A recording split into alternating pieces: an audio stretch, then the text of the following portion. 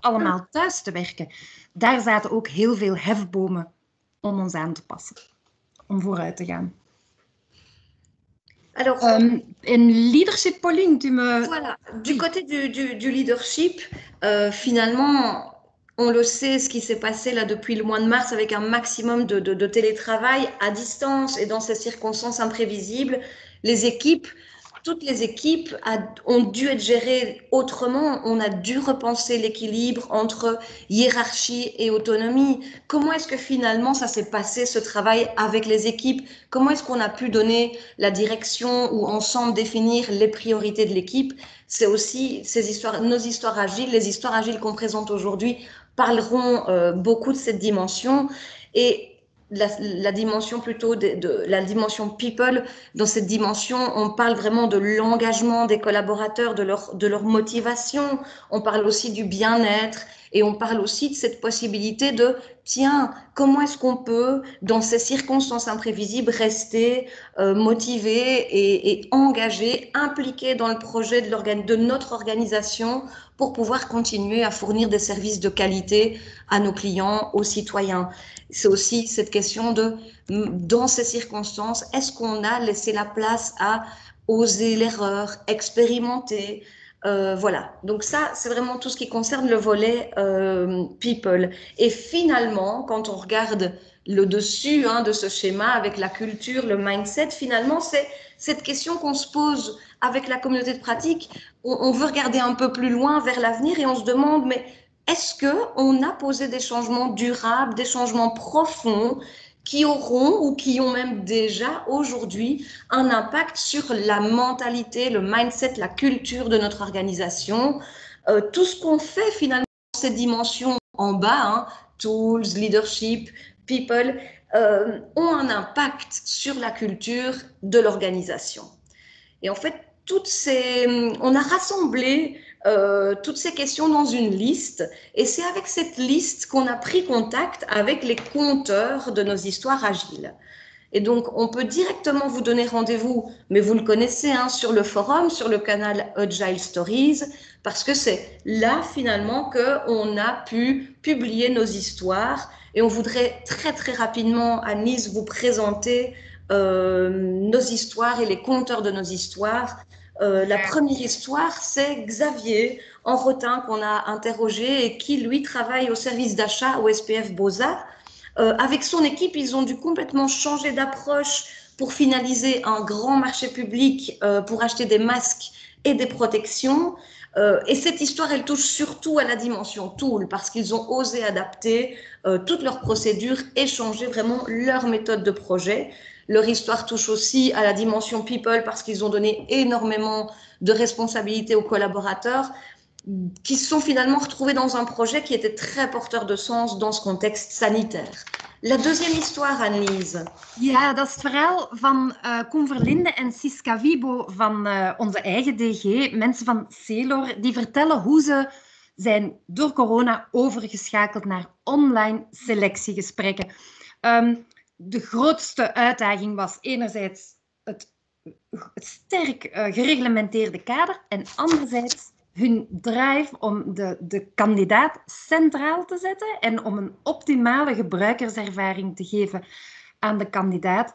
Plus, ja, ze hebben ook zich enorm geconnecteerd met de wereld van de selectiegesprekken. Ze hebben veel initiatieven onder de loep genomen, best practices onderzocht en ze hebben heel iteratief gewerkt. Testen, bijsturen, testen, bijsturen. Ze vertellen het allemaal in het filmpje. En dit is het verhaal van Bjorn Maras en Valérie Delvaux van Stefanie, wat zeg ik nu? Stefanie Delvaux van het team Procurement. Dat is ook een heel boeiend verhaal. Zij vertellen hoe dat het gelukt is om in een paar dagen tijd iets te realiseren wat voor corona eigenlijk voor hen totaal ondenkbaar was. Wat hebben ze gedaan? Ze hebben heel de signataire met alle handtekeningen in een procedure voor een openbare aanbesteding gedigitaliseerd. Nood breekt wet natuurlijk, hè, maar hun verandering vroeg toch om een moedige leadership. En Bjorn vertelt ook hoe het feit dat ze erin geslaagd zijn, hoe dat hun mindset verandert en hun moed geeft en het team doet geloven van oké, het is heel moeilijk binnen dit juridische kader, maar dit is wel the way to go. Dat is het verhaal van Bjorn en Stefanie. Et une autre histoire, c'est l'histoire de Dimitri Rodios, qui est responsable du Training Center de la santé publique, qui, en fait, finalement, le Training Center, face au Covid, a dû vraiment s'adapter au changement et revoir tout leur plan de formation. S'adapter au changement, c'est bien une des 4 valeurs du Manifeste Agile. Ils ont revu toute leur offre et créé des formations en ligne. Donc, il y a 2 dimensions particulièrement à l'œuvre dans cette histoire. Bien sûr, la dimension tool, parce qu'ils se sont développés, ils ont beaucoup testé de nouveaux outils pour offrir des formations en ligne à leurs collaborateurs. Et je retiens aussi chez Dimitri et le Training Center, finalement, ce droit à l'erreur dont il a beaucoup parlé dans la vidéo, qui est en fait un critère essentiel qu'on retrouve dans beaucoup d'aspects de l'agilité, c'est oser expérimenter et se donner le droit à l'erreur. Voilà, si vous avez regardé les vidéos, s'il vous plaît, n'hésitez pas, commentez-les, comme on voit en dessous de l'histoire de Dimitri, ou ici vous cliquez sur reply et vous donnez vous faites un petit commentaire, ou simplement vous pouvez juste liker ou envoyer voilà, un pouce, un cœur ou ce que vous voulez. Je kan ook een link of naar een verwant artikel posten. Eigenlijk is het heel gemakkelijk. Hè? Je klikt op reply, je voegt toe en je verzendt hier met het vliegertje. Voilà. Absolument. Et n'oubliez pas, vous ne le savez sans doute pas, mais nos conteurs, nos raconteurs d'histoires sont complètement disponibles aussi pour répondre à des questions si vous voulez leur poser des questions plus personnelles. N'hésitez pas à prendre contact avec eux via le chat. Ils seront vraiment ravis de vous répondre. Et maintenant, place à l'histoire de l'ONEM. Valérie et Marc, est-ce que vous êtes bien avec nous? J'ai vu que vous étiez avec nous. On va écouter leur histoire. C'est pour ça que vous êtes là aujourd'hui, finalement, pour écouter l'histoire de l'ONEM et vous allez voir assez vite que leur histoire touche vraiment à toutes les dimensions de l'organisation.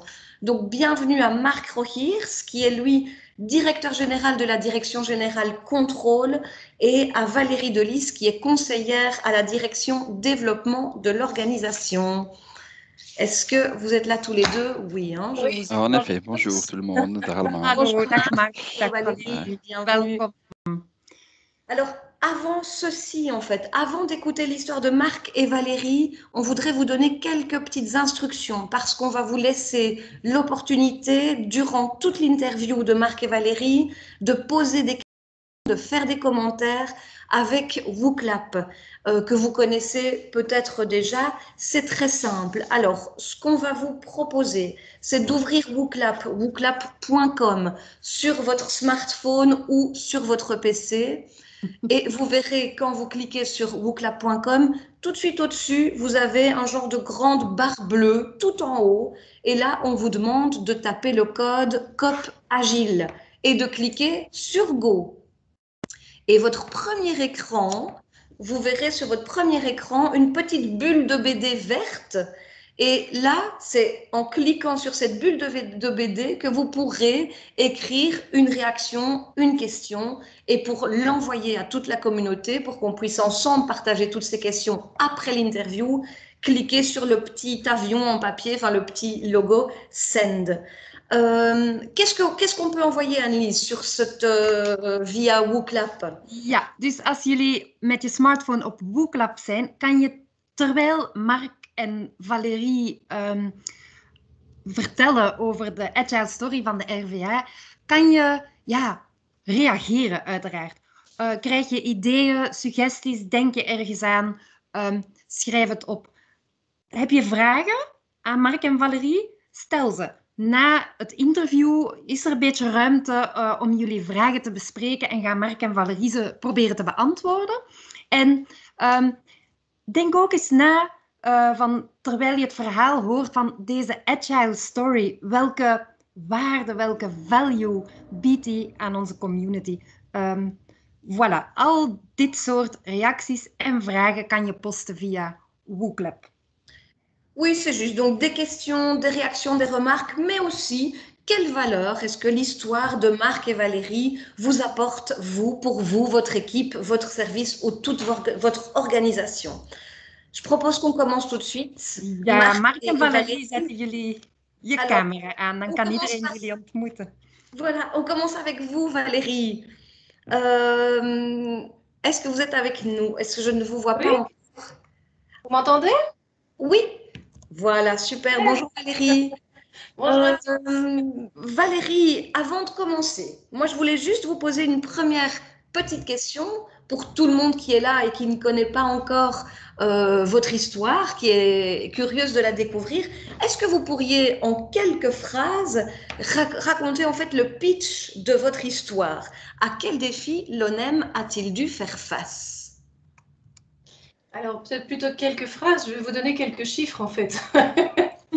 Donc d'abord, pas mal de choses qui concernent nos clients. Donc, pour vous donner une petite idée, par exemple, en termes de chômage temporaire, sur la période mars-avril, on est à 97% de notifications chômage temporaire introduites en plus que pour la même période de l'année dernière. Ça représente plus de 360 000 notifications, 1 million de travailleurs qui sont concernés derrière ça. Pour l'interruption de carrière, donc là on est un petit peu plus tard puisqu'on est dans la période congé parental corona, on est sur mai-septembre. Sur cette période-là, c'est plus 81% de demandes introduites par rapport à l'année d'avant. Ça fait 380 000 demandes introduites sur cette période. On a l'admissibilité, là on revient en mars-juin, plus 64%, 890 000 demandes introduites sur ces mois-là. Sur le total des mois. Les appels téléphoniques en mars, plus de 132%, 125 000 appels téléphoniques à notre contact center, donc c'est énorme. Au niveau de notre organisation, c'est aussi beaucoup de nouvelles réglementations dont vous avez souvent entendu parler dans la presse, le chômage temporaire Corona, le congé parental Corona, souvent, enfin parfois annoncé, mais pas encore tout à fait transposé en texte de loi et en tout cas à implémenter en un temps record. Ça signifie adapter des procédures, adapter des applications, rédiger des instructions, former des collaborateurs, informer des clients. Et puis enfin, il y a tout ce qui se passe au niveau de nos collaborateurs. Là aussi, pour donner une idée, fin mars 2020, on a, en mars 2020, donc au début du lockdown, on a 2400 agents qui doivent passer en télétravail, dont 800 qui n'ont jamais télétravaillé au démarrage de la période Covid. On a 90% de notre personnel qui doit se retrouver en télétravail. Donc ça veut dire gérer des équipes à distance, former à distance, aussi intégrer des nouveaux agents qui rentrent en service à distance et le cas échéant peut-être aussi soutenir des agents qui sont dans une situation difficile à distance. Donc voilà, tout ça c'est le cadre dans lequel on se retrouve en cette période-là. Voilà. Oui, merci Valérie. Mais finalement, ces chiffres, vous nous racontez des chiffres qui sont énormes, hein, qui m'étonnent. C'est vrai qu'on a beaucoup lu votre histoire dans la presse, on a lu beaucoup d'articles à ce sujet-là. Mais finalement, vous, Valérie, qu'est-ce que vous avez développé de nouveau pour le client pour pouvoir répondre à ces immenses défis? Alors, avant tout, je dirais que ce n'était pas moi personnellement. Enfin, quoi qu'il en soit, effectivement, une des très grandes priorités de la période, c'était de pouvoir continuer à garantir le service au client, un service au client rapide et un service au client de qualité. Alors, très certainement, le support IT, ça a été un élément central de la réponse qui a été apportée par le NEM durant cette période de crise. D'abord, d'un côté, on a des agents qui sont à la maison et qui traitent des dossiers online. Et tout ça, c'est le fruit en fait d'un investissement continu depuis des années dans la digitalisation de notre fonctionnement, de notre travail. Mais ce qu'il faut aussi comprendre, c'est qu'on a investi depuis des années dans le développement d'un service au client qui soit au maximum digital et avec une approche multicanale. On travaille sur notre website, on travaille via mail, on travaille via contact center, on travaille avec des applications e-gov. Et notamment, certaines de ces applications e-gov ont rencontré un succès énorme pendant cette période. Donc, juste pour vous donner une idée, pour les introductions électroniques de demande d'interruption de carrière, on était à 23% fin 2019 et on passe à 60% d'introduction électronique en juillet 2020. Donc, c'est évidemment des résultats qui sont assez spectaculaires. Et pour le reste, en termes de service aux clients, on a travaillé aussi, si possible, avec des procédures simplifiées.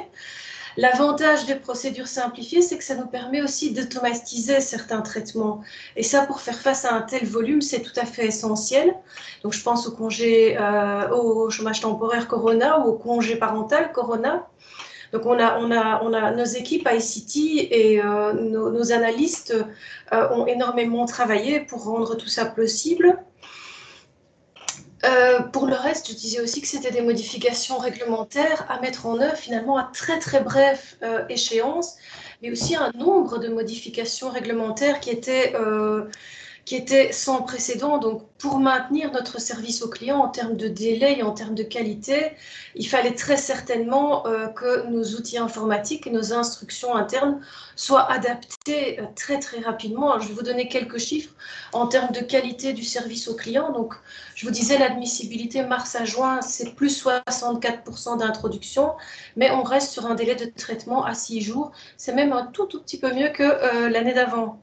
Pour notre contact centers, en mars, on est à 132% d'appels en plus et on maintient un taux de réponse de 81% qui est quand même extrêmement honorable dans des circonstances telles que celle-là, où l'interruption de carrière, mai à septembre, plus 81%, mais 99% des paiements, des premiers paiements qui sont effectués dans le délai. Alors, on a aussi beaucoup dû travailler sur l'information aux clients. Il y avait une demande énorme de la part de nos clients. Donc, on a beaucoup travaillé sur l'adaptation très rapide de notre site web. On a créé des rubriques spéciales Corona. On a mis en place des packs, autant pour le chômage temporaire que pour le congé parental, qui ont très bien marché. On a mis à jour des fiches infos sur le site très vite. Et surtout, on a aussi renforcé notre contact center pour que les gens puissent continuer à nous joindre par téléphone, puisque sur place, ce n'était plus possible en tout cas. Je vertelt ons over heel veel nieuwe ontwikkelingen, dingen die jullie op poten hebben gezet om te blijven voor de klant kunnen leveren en zelfs extra leveren. Trouwens, als er vragen zijn vanuit de community, schrijf ze in WooClap. Ik weet dat Valérie en Mark uren kunnen vertellen, omdat ze heel veel te vertellen hebben. Maar we willen heel veel aan bod laten komen. Dus als je extra vragen hebt, stel ze via WooClap. Maar Mark, een vraag voor jou. Jullie zijn bij de RVA met ongeveer 3000 mensen.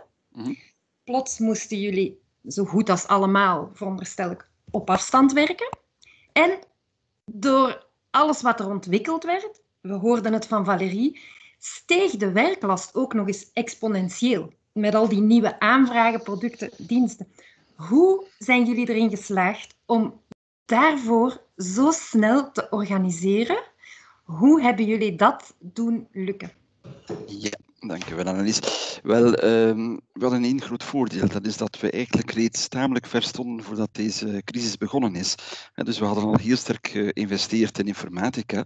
We hadden, zoals Valérie daarnet aangaf, al heel veel medewerkers die gewoon waren om beperkt weliswaar in telewerk te werken. En we hadden net een stresstest gedaan om zeker te zijn dat ons systeem het aankon. Dus we stonden eigenlijk al vrij ver daarin toen de crisis is uitgebroken. We hebben eigenlijk enkel maar moeten extra toegangen voorzien voor onze medewerkers. En dat was het om iedereen dus thuis aan de slag te kunnen houden, om dus al die dossiers die op ons afkwamen op heel korte termijn te kunnen verwerken. En op die manier is dat vrij goed gelukt. Daarnaast hebben we natuurlijk ook gebruik gemaakt van bestaande tools versterkt of nieuwe tools. Het vergaderen bijvoorbeeld via Skype en dan in een later stadium via Teams is echt zodanig ingeburgerd dat bijvoorbeeld ook ons beheerscomité gebeurt. Bijvoorbeeld nu ook nog altijd via Skype momenteel, maar ook dienstvergadering. We houden zelfs bijvoorbeeld even ook informele koffiepauze, dat onze medewerkers elkaar kunnen zien. En dus wat efficiëntie betreft, iets wat we ook meer nog hebben ontdekt dan vroeger. Ik geef eerlijk toe de elektronische handtekening, en daar zal misschien een collega straks nog iets over zeggen, maar dat was nog niet echt helemaal ingeburgerd. Zolang dat we er waren in Brussel, hadden wij signataires die rondgingen en zo. Nu hebben we ontdekt dat men eigenlijk, ik heb het zelf al een paar keer gedaan, op 1 minuut tijd nog niet dat document vlot kan ondertekend hebben en digitaal ondertekend. Het andere belangrijk aspect, naast dus die investeringen die er al waren en die dus verder zijn uitgebreid, en dus onze medewerkers die toch al een groot stuk gewoon waren te telewerken, En dat loopt nu zelfs op tot 85% of meer, die telewerken. Daarnaast was er ook de besluitvorming. Want als we willen online efficiënt werken, dan moet er ook heel snel kunnen geschakeld worden. Want de reglementering veranderde voortdurend. Er moest vlot betaald worden. We hebben onze partners, de uitbetalingsinstellingen en zo. En dus ik herinner mij dat we de zondag na de lockdown, na 13 maart, dat we toen al in de namiddag een eerste vergadering hadden van de top 7. Dus de leidende ambtenaren met de directeurs-generaal. En we hebben dat dan vanaf dan tot een ver in de crisis, ik denk tot juni, juli, hebben we eigenlijk praktisch dagelijks deden wij een top 7. Zodanig dat vanuit elke directie-generaal kon heel vlot naar boven toegeschakeld worden. En wij hadden op ons beurt ons netwerk van onze directies, van onze netwerken van procesbeheerders, zodanig dus dat we de informatie heel snel konden verwerken. Niet alleen verwerken, maar dat we ook konden beslissingen nemen. Dus de beslissingslijnen die waren veel korter dan voorheen. Ik zou nog een succesfactor willen meedelen om online efficiënt te kunnen werken. Dat is dat we ook met SPOCs werkten, met dus een single point of contact. Want als reglementeringen snel veranderen, als er regelmatig nieuwe politieke beslissingen zijn die moeten uitgevoerd worden, waarover moet geïnformeerd worden, dan is het belangrijk dat die communicatie, dat die gestroomlijnd wordt, dus dat het niet alle richtingen uitgaat. En zo hadden wij naar onze partners extern toe, hadden wij dus een single point of contact, die zowel de uitbetalingsinstellingen, waar zij terecht konden en wij communiceerden via hem naar hen toe, en daarnaast ook naar het kabinet ook trouwens. En intern hadden wij ook een SPOC Wellbeing, waar al onze medewerkers, die dan toch allemaal sedert lang al thuis zitten te werken, terecht konden met vragen over wellbeing. Een laatste punt wat ik nog zou willen aanhalen in dat verband is dat we hebben daar dus enorm veel uit geleerd, dat er dus ook een werkgroep Exit Corona vrij snel is opgericht, waarmee we aan de slag gaan, de lessen eigenlijk die we getrokken hebben uit die eerste maanden, en waarin, zoals Valerie zei, we prachtige resultaten hebben geboekt, dat we die lessen eigenlijk willen omzetten in zaken die ook zullen blijven. Maar dus de tools, ze waren er, maar we hebben ze nog. Ja, jullie hebben dus echt heel veel nieuwe manieren van werken en samenwerken aangereikt, verder ontwikkeld voor jullie teams. Welke impact, Mark, heeft dat gehad op het leidinggeven? Hoe hebben het management en de leidinggevende al die teams, al die mensen kunnen aansturen, meenemen in die talloze veranderingen? Is er iets veranderd aan jullie stijl van leadership?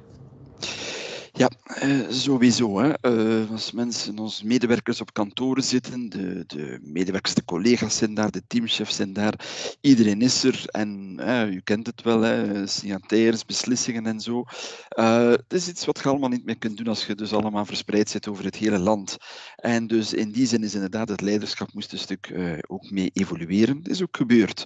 Ik heb u al aangegeven vanuit de top 7, maar uiteraard de top 7 heeft het helemaal niet alleen gedaan. Maar ik bedoel maar, er was eerst en vooral een dagelijkse opvolging per domein. En echt bottom-up, heel veel informatie die doorstroomde, maar ook heel veel betrokkenheid. Dus er werden cijfers, dagelijks werden de kerncijfers over onze belangrijkste processen gedeeld met onze entiteiten, met onze bureaus, zodanig dat men heel goed kon zien waar men zich situeerde. Dus dat was al om op afstand toch te kunnen de informatie meegeven die van belang was. Maar dan was het ook zo dat er zodanig veel op ons afkwam, dat we eigenlijk moesten aangeven welke de prioriteiten waren voor onze medewerkers die in de entiteiten thuis aan de slag waren. En we hadden eigenlijk sinds 2009, denk ik, een pandemieplan met de griep, dat we nog hadden geactualiseerd recent. En ik ga niet zeggen het pandemieplan zelf, want de omstandigheden waren helemaal anders. Nu zaten we met een lockdown. Maar niettemin, de filosofie erachter is wel gehanteerd. Dus we hebben heel snel bepaald, wij kunnen niet al onze activiteiten optimaal blijven verlenen. Wij moeten inzetten op wat prioritair is. Essentiële taken, prioritaire taken. En per proces, of het nu ging om toelaatbaarheid, mensen toelaten tot recht op uitkeringen, of het nazien van betalingen en zo, per proces hebben wij heel snel uitgemaakt, met het netwerk van het terrein, uitgemaakt, dit zijn hier de prioritaire taken die jullie moeten verder blijven uitvoeren. En waar dat jullie absoluut prioriteit moeten aangeven. En iedere keer als er een directeursvergadering was of tussenin, gaven wij aan, want dat evolueerde ook. In maart was het de tijdelijke werkloosheid die voor een toevloed zorgde enorm. In september was het dan corona-ouderschapsverlof. Dus we moesten daar heel snel kunnen schakelen en dat kon. En we konden vlot de prioriteiten aangeven die voor iedereen raadpleegbaar waren op ons intranet. Dus een inventaris van, kijk, wat is op dit ogenblik van belang.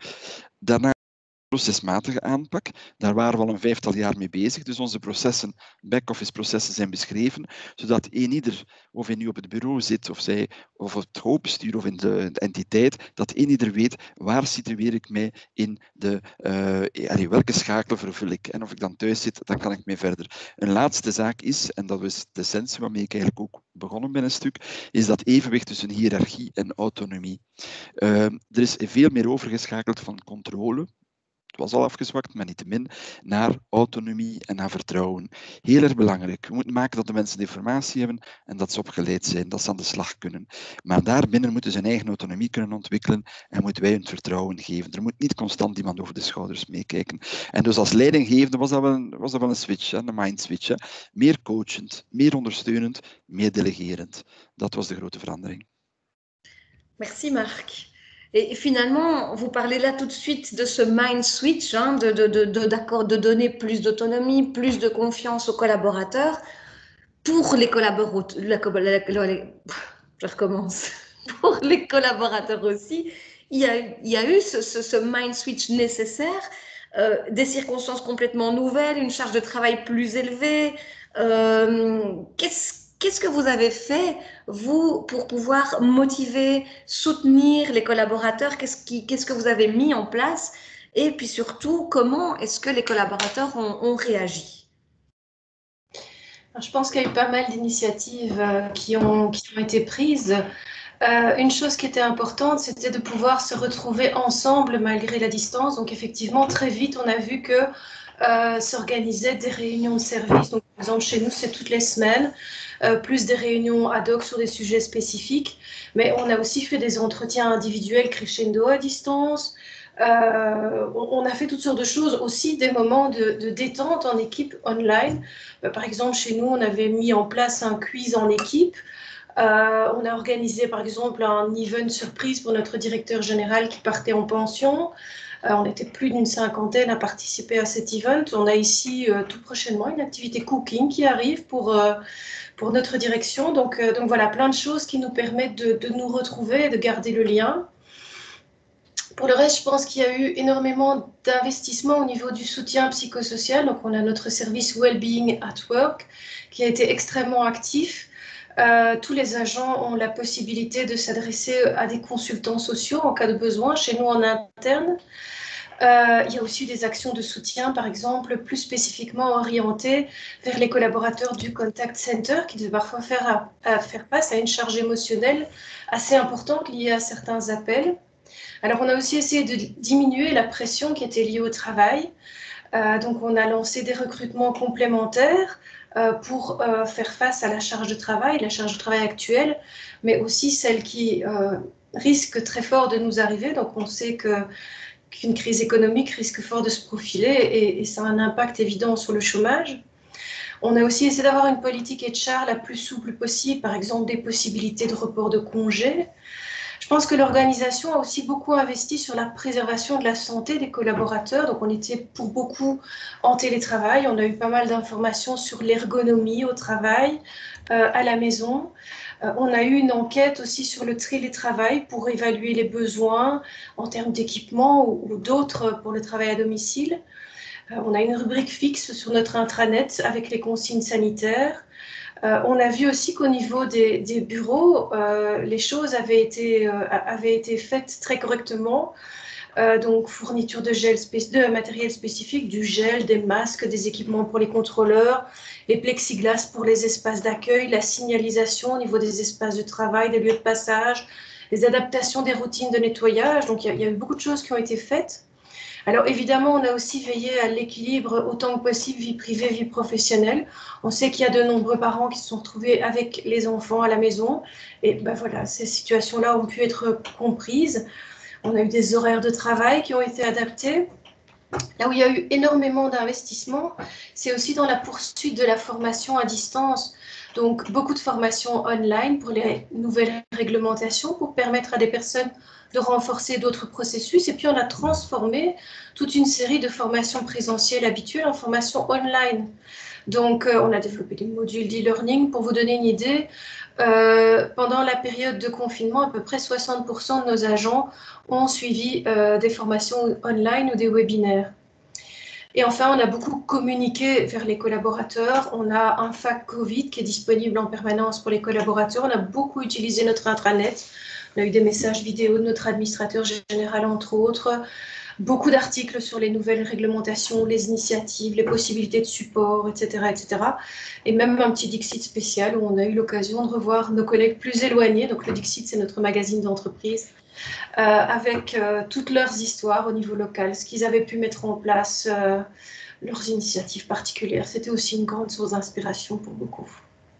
Merci Valérie. Et finalement, j'ai une presque dernière question.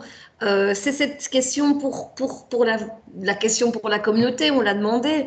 La question clé de ce forum, c'est est-ce que le Covid nous a rendus plus agiles? Finalement, est-ce que l'ONEM est devenu plus agile sans le Covid? Est-ce que l'ONEM aurait fait tout ça? Et si on imagine dans quelques mois, si on revient à une situation plus normale, est-ce que l'ONEM, lui, redeviendra-t-il comme avant? Quels seraient finalement les changements profonds et durables que vous avez mis en place si on regardait un peu vers l'avenir dans quelques mois? Alors, j'ai envie de dire que quelque part, les conditions de cette agilité, elles étaient déjà présentes dans l'organisation avant le début de la crise. Et sinon, finalement, on n'aurait pas pu s'en sortir comme ça. Par contre, ce qu'on a très vite voulu faire, c'est tirer les leçons de la crise. Donc, dès le mois de mai, on a commencé à travailler à une analyse lessons learned de la gestion de la crise à l'ONEM. Et donc, on a récolté quand même pas mal d'inputs de terrain, des coordinateurs de processus, des directeurs locaux. Et donc, on a bien avancé sur cet exercice et on a présenté les résultats de cet exercice lors de notre séminaire stratégique d'automne pour la première fois via Skype, donc avec notre top, mais aussi avec les directeurs de l'administration centrale et des bureaux. Et il y a pas mal de décisions qui ont été prises, notamment pour garder les leçons de cette crise dans le futur, garder ce qui était bon en tout cas, et poursuivre plus loin les domaines sur lesquels on s'est rendu compte qu'on voulait ou qu'on devait encore s'améliorer. Donc je pense qu'il y a un élément qui est important, c'est le focus sur le digital. Donc on a décidé de développer un 4e objectif stratégique qui s'appelle Digital au maximum pour des services et des processus plus efficients. Donc on s'est rendu compte que c'était possible pour nos collaborateurs et que c'était indispensable pour nos clients, surtout quand on est confronté à une période de crise. Alors on a après pris toute une série d'autres décisions, par exemple par processus, répertoriées dans les procédures internes ou externes, manuelles ou papier qui existent maintenant, lesquelles on devait vraiment digitaliser en priorité dans ce qui restait. On a aussi décidé de lancer une réflexion sur l'optimalisation de notre communication de crise. On s'est très vite rendu compte dans la crise du feedback du terrain que la communication, c'était un élément tout à fait essentiel. On a par exemple aussi fait une enquête sur notre coordination de processus, puisqu'on est très avancé au niveau de la gestion par processus à l'ONEM. Et là aussi, on va en retirer les leçons et on va mettre en place des actions spécifiques. Par exemple, le rôle du coordinateur de processus, on s'est rendu compte à quel point il était essentiel. Aussi, quelque chose de très important, c'est mener une réflexion sur le New Way of Working 2.0. Donc, qu'est-ce qui va se passer quand on va revenir au travail dans le cadre du nouveau normal? On a vu que notre personnel avait apprécié le télétravail. Donc, 88% estiment l'avoir apprécié. 92% disaient que les équipes étaient bien organisées en télétravail. Et 98% déclaraient qu'ils avaient les outils nécessaires pour se concerter avec les collègues. Maintenant aussi, on considère que c'est important de continuer à se voir, puisque 73% estimaient aussi que les vrais contacts sociaux avec leurs collègues leur manquaient. Alors peut-être encore 2 petites choses qu'on va retenir, c'est au niveau, on s'est rendu compte que la formation et les réunions à distance ont un potentiel réel. Et alors on lance une réflexion en cours sur quelles sont les initiatives finalement qu'on peut maintenir ou renforcer, quelles sont les initiatives qu'on peut prendre pour maintenir ou renforcer notre culture d'organisation, notre esprit d'équipe. Parce que ça, ce sont des éléments fondamentaux et on a une culture d'organisation très forte à l'ONEM, mais qui se développe dans l'échange à l'intérieur de l'équipe. Donc là, il y a un enjeu majeur de préserver ça pour le futur aussi. Wauw. Veel toekomstplannen en veel impact uiteindelijk op jullie plannen en de strategie waarvoor jullie kiezen. Mark, hier bij de community delen wij agile stories. We luisteren naar elkaars verhalen. Eerst en vooral nu naar jullie verhaal. Maar het is ook de bedoeling om de blik wat op de toekomst te richten en wat te openen en na te denken over hoe zit het met waar vinden we als overheidsdiensten en als overheid hefbomen voor onze wendbaarheid. En wat ik jou wou vragen is, als je nu al met een beetje een terugblik, we zitten er eigenlijk nog middenin, maar al een tijdje, dus je hebt een soort terugblik. Ja, helaas. Ja. Als je zo de community zou willen spreken over, volgens mij zijn dit echt de grootste hefbomen en anderzijds obstakels misschien om als overheidsdienst, als overheid wendbaar te zijn. Wat zou je dan aan de community vertellen?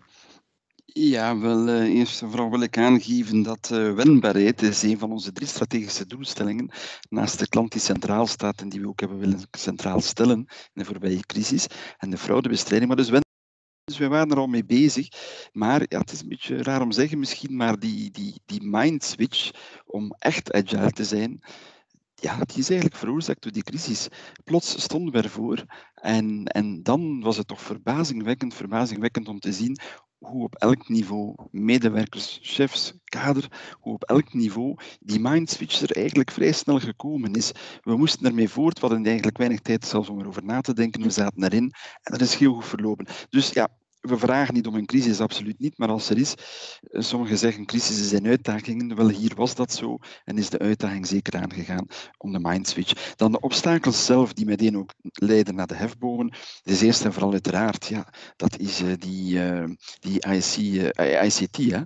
Dus dat maakt natuurlijk heel veel mogelijk als we een wendbare organisatie zijn. Daar zijn heel veel mogelijkheden, al is het maar een aantal tools zoals we ze vandaag ook gebruiken. Een tweede belangrijke obstakel, maar meteen ook een hefboom, is dus dat er effectief moet kunnen snel beslissingen genomen worden en efficiënt. Waarbij we inspelen op de situatie, want dat is agile zijn. Dus, en je kunt maar agile zijn als er geen lange beslissingslijnen zijn. Het is een stuk een herhaling van wat ik daarnet zei, maar het klopt echt wel. We moeten dus kunnen snel tot beslissingen komen en snel informatie hebben.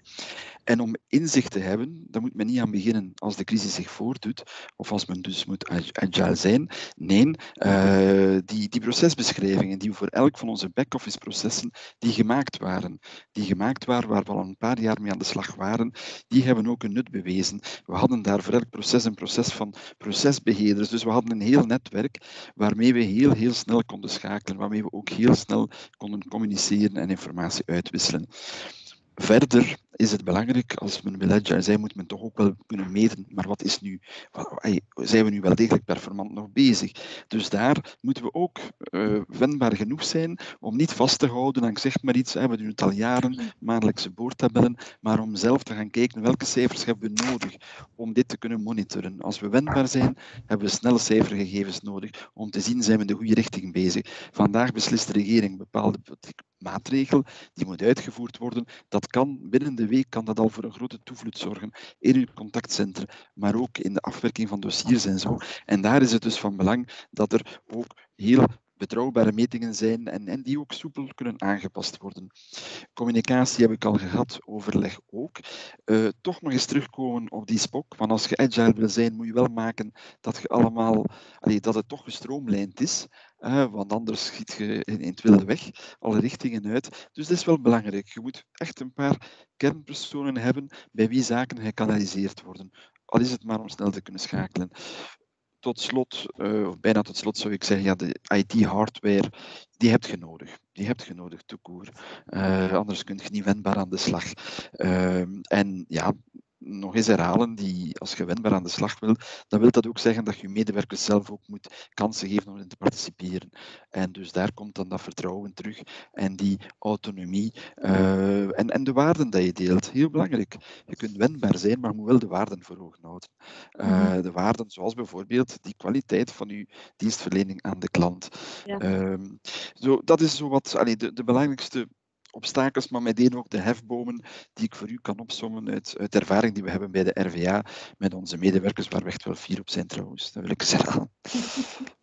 Ja, super. Heel erg bedankt voor jullie uiteenzetting, jullie toelichting. Ik heb zin om nog zoveel vragen te stellen en verder te praten. Maar bon, we hebben een timing voor ons uurtje hier samen in de Kop Agile. Heel erg bedankt.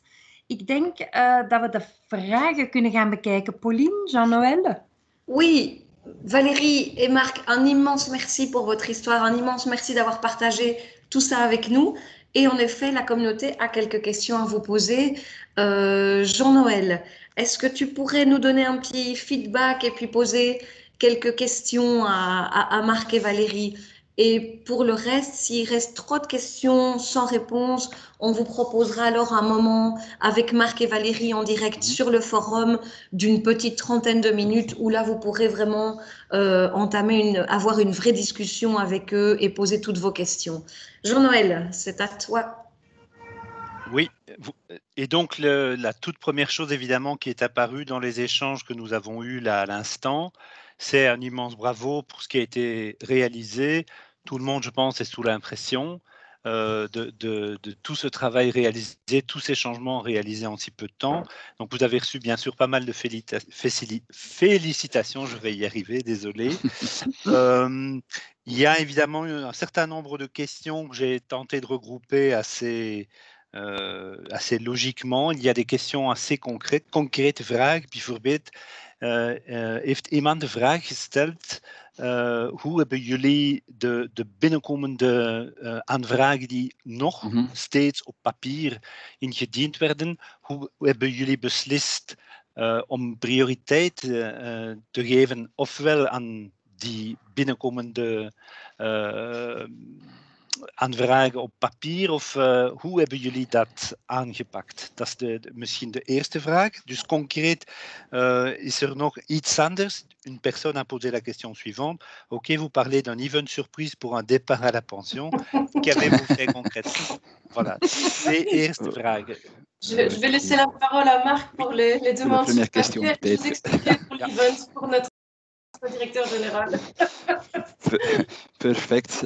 Wel inderdaad, er kwamen nog papieren binnen op een bureau en dat is ook de reden waarom bijvoorbeeld toch nog ongeveer 15% van onze medewerkers op een bepaald ogenblik naar het bureau kwam. Maar we hebben er toch heel veel aan gedaan om dat zoveel mogelijk te vermijden. En bijvoorbeeld die 1.200.000 werklozen, tijdelijk werklozen waarvan Valérie er net sprak, daar is er gelukkig een procedure uitgewerkt worden waarbij de papieren aanvragen konden vervangen worden door soepele procedures. Soepele procedures in een groot stuk zelfs automatische indieningen, automatische behandelingen. En dat is echt wel ook waar we naartoe willen gaan. Hè? En waar we in deze crisis ook heel ver in gevorderd zijn. Ook in loopbaanonderbreking, we hebben een toepassing ILO. En we hebben daar een enorme, Valérie heeft het daarnet gezegd, dacht ik, enorme toename gezien van het gebruik dus van die online toepassingen. Maar altijd aan toevoegen, we weten dat er nog altijd een digitale kloof is. Daar moeten we rekening mee houden. Dus we mogen het niet volledig uitschakelen, maar waar we kunnen, proberen we te beperken. Al is het maar omdat we ook niet willen dat een sociaal verzekerde zich in deze coronatijden op de baan moet begeven. Dus er zijn nog papieren, maar het is, waar het kan beperkt worden, is tot een minimum beperkt. Absoluut. Ja. Er is nog iets anders die heeft betrekking tot leiding geven in deze rare periode. En dus hier op het scherm staat, hoe leerde leidinggevende om plots meer vertrouwen en autonomie te geven? Ja, een vraag voor het Nederlands. Je réponds, Valérie? Ou... Oui. Tu me dis, quand tu veux intervenir. Hè? Ja, hoe leerden ze? Wel, ja, trial and error zou ik zeggen, maar de trial was natuurlijk op een veel kortere periode. En nu, de resultaten moesten er zijn. Zij konden zien wat de impact was van beslissingen. En dus ja, hun mensen zaten op afstand. Dus het is gegroeid. Het is gegroeid. Ook leidinggevenden, en dat zal zeker een aanpassing geweest zijn. Hè? Sommige leidinggevenden, ik zou bijna zeggen, soms misschien old school, die effectief alles willen controleren. Nu kon het niet meer. En in die zin, het is, ja, de facto is dat zo geëvolueerd. Dus hoe leerden ze? Bon, we hebben daar uiteraard wel e-learning voor en we hebben wel coaching en zo. Maar het hangt van de mensen zelf af. En dus het zijn de mensen zelf die zo hebben omgeschreven. Het is niet onze crisis om dan te gaan zeggen van kijk, en nu gaan we even een cursus geven over op afstand aansturen. Maar omdat er ook al veel in telewerk gewerkt werd, hadden bijvoorbeeld de teamchefs die dichtst bij onze medewerkers staan, hadden ze wel al ervaring mee. Bijvoorbeeld, en dat is heel concreet, en daarmee ga ik eindigen, is het zo dat men, zeker in productiediensten, heel goed zicht heeft op de output. En dat we met andere woorden kunnen zeggen, de output is belangrijker dan de aanwezigheid. Als men op bureau is, bij ons spreekt men nog, oké, dat was essentieel. Nu is het uiteraard dat niet meer, maar nu is het de output. En die is heel zichtbaar. En op basis daarvan kunnen de leidinggevenden ook aansturen, bijsturen en overleggen. En dat is ook gebeurd. Ok, bedankt Marc. Je vais peut-être prendre une question qui a trait à l'aspect humain. On la voit d'ailleurs apparaître à l'écran. Comment l'aspect humain est du... Si je peux juste intervenir, parce que je pense qu'il y avait encore une question à répondre par Valérie aussi. Pas que je veux embêter mon... Je pense qu'on a oublié, si je ne me trompe pas. Je voulais tout savoir sur le départ de notre directeur général. C'était un chouette événement en effet. Donc, on avait préparé, on savait qu'il revenait encore une journée avant son départ effectif. Donc, on avait un petit peu redécoré son bureau. Et puis, donc, il pensait en être quitte parce qu'il n'était pas très fan de toutes ces démonstrations. Et c'est vrai qu'on a organisé un événement surprise online avec tous les collaborateurs de notre direction générale pouvaient y participer. Alors effectivement, je voyais quelque part sur WooClap qu'il était question d'un discours. Bien sûr, le top 7 était présent et notre administrateur général a fait un discours, mais pour le reste, on lui a prévu des petites épreuves à réaliser, des questionnaires à répondre. Donc on l'a un petit peu embêté.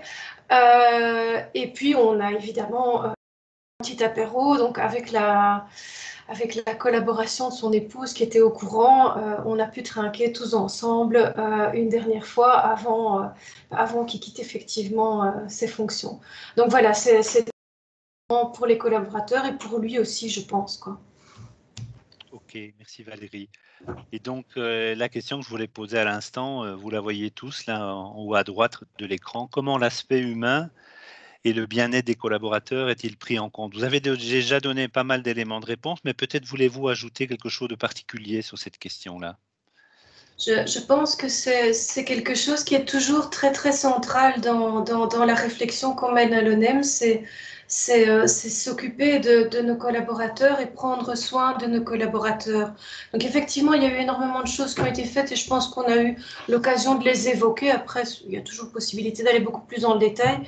Et je pense que c'est un point central de notre réflexion aussi pour le futur et pour que tout ça reste possible, parce que comme pour tout le monde, ben oui, cette période devient extrêmement pesante, quoi. Donc voilà. Ok. Je me tourne vers Annelise et Pauline. J'ai encore deux questions en fait. Est-ce qu'on a encore le temps de les poser ou pas? Écoute, Jean-Noël, on va malheureusement arrêter ici. Voilà. Annelies, we kunnen terugkomen later. Ook bijvoorbeeld dat onze mensen allemaal enthousiast waren.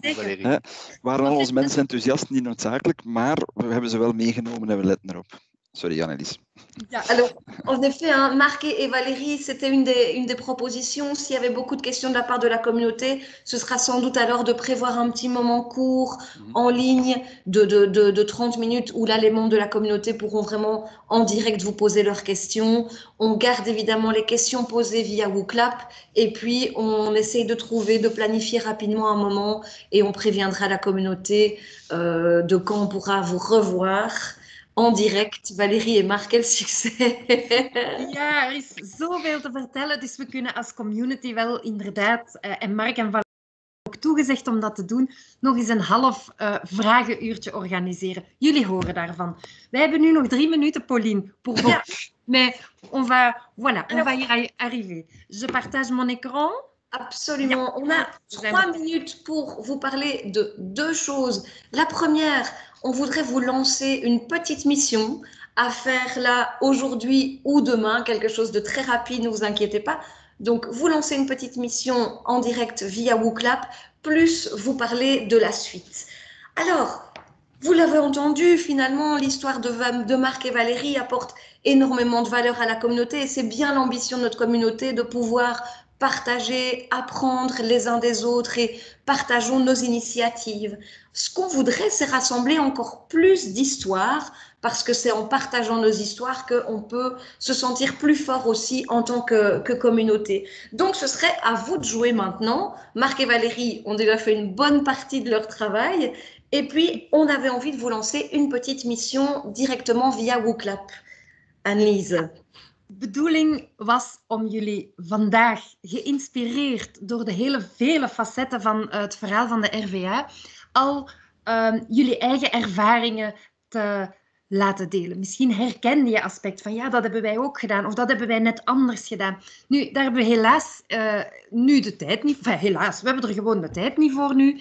Maar daarom hoeven we het niet te laten vallen. We hebben op WooClap, jullie hebben WooClap daarnet al ontdekt, hè, je kan daar naartoe gaan, dus terug met de code COPAGILE en je kan daar je Agile Story, heel kort dan, hè, de kern ervan, delen in enkele woorden. Als je iets getipt hebt, een verhaal of een aanpassing die jullie gedaan hebben, dan kan je kiezen in welke van de 5 dimensies jij dat verhaal vooral situeert. Hebben jullie daar vooral gewerkt aan tools of is dat een aanpassing in het organisatiedesign, zowel fysiek als besluitvorming, beslissingslijnen? Hè? Of gaat dit echt over leadership? Of gaat het over HR, people? Of heb je een voorbeeld van een echte mindset-verandering, een cultuurverandering? Dan kan je gewoon even aanklikken in welke rubriek jouw verhaal het beste past. En daarna klik je gewoon op het bekende groene vliegertje. Dan krijgen wij alle verhalen binnen en we kunnen die wel delen op ons forum. Dus dat zou wel heel erg leuk zijn, dat de community jou aanzet tot een verhaal kan lezen. Heb je zin om verder te gaan, om meer te delen, om hier eens te komen presenteren, te vertellen of om een filmpje te laten maken over jullie aanpassing, jullie Agile Story? Dan neem je gewoon contact met ons op. Of je schrijft het op het forum. Voilà, absolument. Alors là, pour l'instant, la question est lancée. Je viens de la lancer sur WooClap. Donc, n'hésitez pas à y aller pour partager votre histoire agile en quelques mots. Et vous pourrez justement, quand vous aurez partagé votre histoire, choisir la dimension dans laquelle vous pensez que votre histoire se situe le plus. On vous laisse aller sur WooClap. L'idée, c'est que jeudi, on partagera les résultats du WooClap et on partagera vos histoires agiles directement sur le canal Agile Stories. Et puis, si vous voulez partager une autre histoire et le faire hors du WooClap, n'hésitez pas à prendre contact avec nous via mail ou directement sur le forum. Vous avez envie, vous aussi, de présenter votre event, présenter votre histoire en ligne. Vous avez envie de faire une petite vidéo ou n'importe quel autre support pour raconter votre histoire. Vous êtes vraiment les bienvenus et c'est l'objectif de ce forum. Anneliese, la suite, c'est quand? C'est le 12 novembre. Ja, we hebben voor de eerste keer elkaar terug ontmoet en we zijn van plan om dat nog te doen. Wij hebben voor jullie nog een andere Agile Story en dat is het verhaal van onderzoeksrechter Theo Bijl. Hij heeft ervoor gezorgd dat de rechtbank van Mechelen vrij snel heel snel is overgeschakeld naar online hoorzittingen voor gedetineerden. Hij komt vertellen waar hij tegen heeft moeten opboksen, hoe dat verlopen is en hoe hij de toekomst ziet van online rechtspraak. Dus dat is op 12 november om 10:30 geloof ik. Jullie krijgen deze week de uitnodiging in jullie Outlook. Verder, welkom op het forum, hein, Pauline, ça continue. C'est ça, la suite c'est aujourd'hui avec WooClap, c'est maintenant, c'est demain, c'est tous les jours sur le forum. N'hésitez pas à partager aux histoires, à inviter vos collègues aussi à visiter notre forum. Et voilà, je pense qu'on vous attend nombreux encore le 12 novembre pour écouter l'histoire de Theo Bijl. Et en attendant, j'ai envie de vous remercier tous, vous étiez plus de 60 à participer à cet event. C'est dire que vraiment le sujet vous a tous intéressés et nous concerne tous. Un immense merci Valérie et Marc d'être venus partager votre histoire. N'hésitez pas tous à partager aussi vos feedbacks, vos commentaires, vos propositions dans le chat qui est toujours actif. Annelies Jean-Noël, je vous laisse les derniers mots. Ja, we zien jullie niet, maar we zijn wel heel benieuwd naar wat jullie ervan vonden vandaag.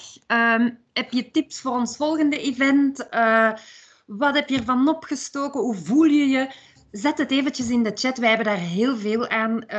En dan kunnen we eens kijken voor 12 november hoe we het anders of beter of hetzelfde kunnen doen voor jullie. En verder, ja, ik vond het zelf superleuk dat we met zoveel waren om naar een strafverhaal te luisteren, eigenlijk. Jean-Noël. Peut-être un petit mot encore très concret, Pauline, Annelies, sur l'enregistrement. On a lancé l'enregistrement pendant que nous étions en train de parler ensemble. Est-ce qu'on va le laisser à disposition, effectivement, sur le canal, donc pour d'autres personnes qui le souhaiteraient. Donc ça veut dire que ce que nous avons fait ensemble aujourd'hui, c'est disponible pour d'autres. Donc on n'a pas perdu la trace de ceci. Ik wil ook iedereen bedanken voor het deelnemen aan deze eerste meeting van die forum online.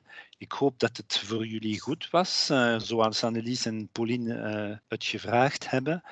N'hésitez pas à réagir, à nous faire un commentaire, évidemment, puisque c'est bien ça l'objectif, c'est d'obtenir de votre part votre avis, vos sentiments, en quoi ceci vous apporte de la valeur ou pas. Tout ça va nous aider vraiment à orienter nos pas dans les jours et les mois qui viennent. Merci beaucoup à tout le monde.